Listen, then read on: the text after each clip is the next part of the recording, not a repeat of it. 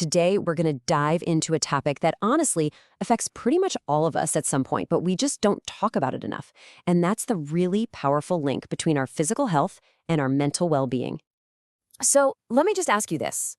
Think about the last time you were sick. Maybe it was just a bad cold or maybe something more serious. What was the absolute first thing you focused on? For almost everyone, the answer just pops right into your head. Your body, right? You're thinking about the aches, the cough, the medicine, just all that physical stuff. And look, that totally makes sense. But there's this other huge piece of the puzzle that we often kind of push to the side. What about your mind? And this is where we get to the core idea of the mind-body connection. It is completely 100% natural to feel down or worried or stressed out when you're not feeling well physically. The two are they're deeply connected. So this means taking care of your mental health when you're sick isn't just some nice little extra, it is an absolutely essential part of getting better. So how exactly does being sick create these emotional ripples? Let's break down some of the most common ways an illness can really mess with your mood. And what's amazing is just how common these feelings are. A long-term physical issue can bring on a ton of stress and anxiety, especially with all the appointments and tests. It can start to chip away at your self-esteem. It can make you feel isolated if you're stuck at home. And yeah, it can even make you feel angry or frustrated. And on top of all that, pain and medication can totally wreck our sleep, which, well, that has a massive knock-on effect on our mood. The NHS really hits the nail on the head when it talks about feeling isolated. Being ill can stop us from socializing or doing things we enjoy. And that loss of connection, that loss of joy, man, that can be one of the heaviest things to deal with. Okay, so we've laid out the challenge, but now let's get to the good stuff, the solutions. We're going to look at two different toolkits. First up, some really practical ways to calm your mind and get a handle on those internal thoughts and feelings. We can actually break this down into a pretty simple 3-step approach. First, just opening up and talking about how you feel. Second, giving relaxation or mindfulness a try. And third, learning how to actively manage those unhelpful thoughts that can spiral. Let's take a closer look at each one.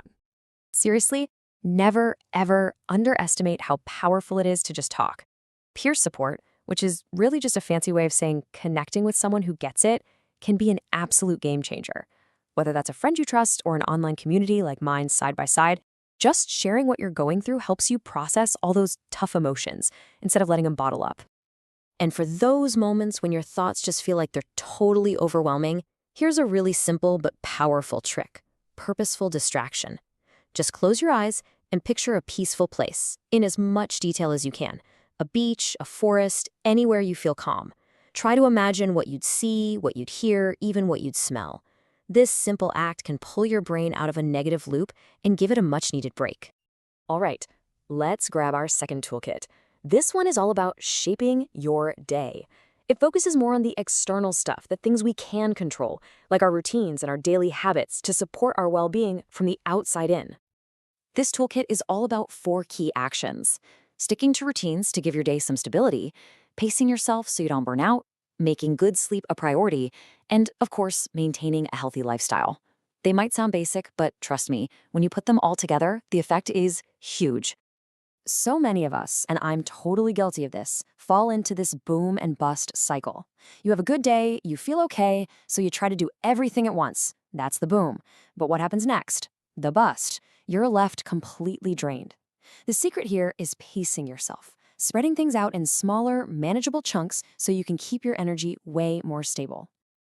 And we have got to talk about sleep. It's just so foundational to everything. Creating a consistent sleep routine is absolutely key. The advice is super simple, but it works. Try to go to bed and get up at roughly the same time every single day. That consistency is what helps your body's internal clock get back on track. A healthy lifestyle really does double duty.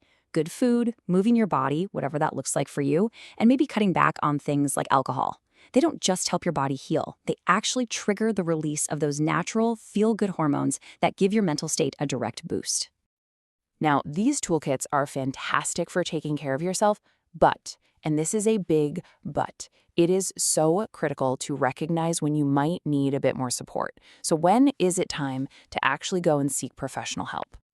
The message here is really simple, but it might be the most important one we talk about today. If you are struggling and these self-care steps just aren't cutting it, it is so important to reach out and talk to a healthcare professional. You absolutely do not have to figure this all out on your own.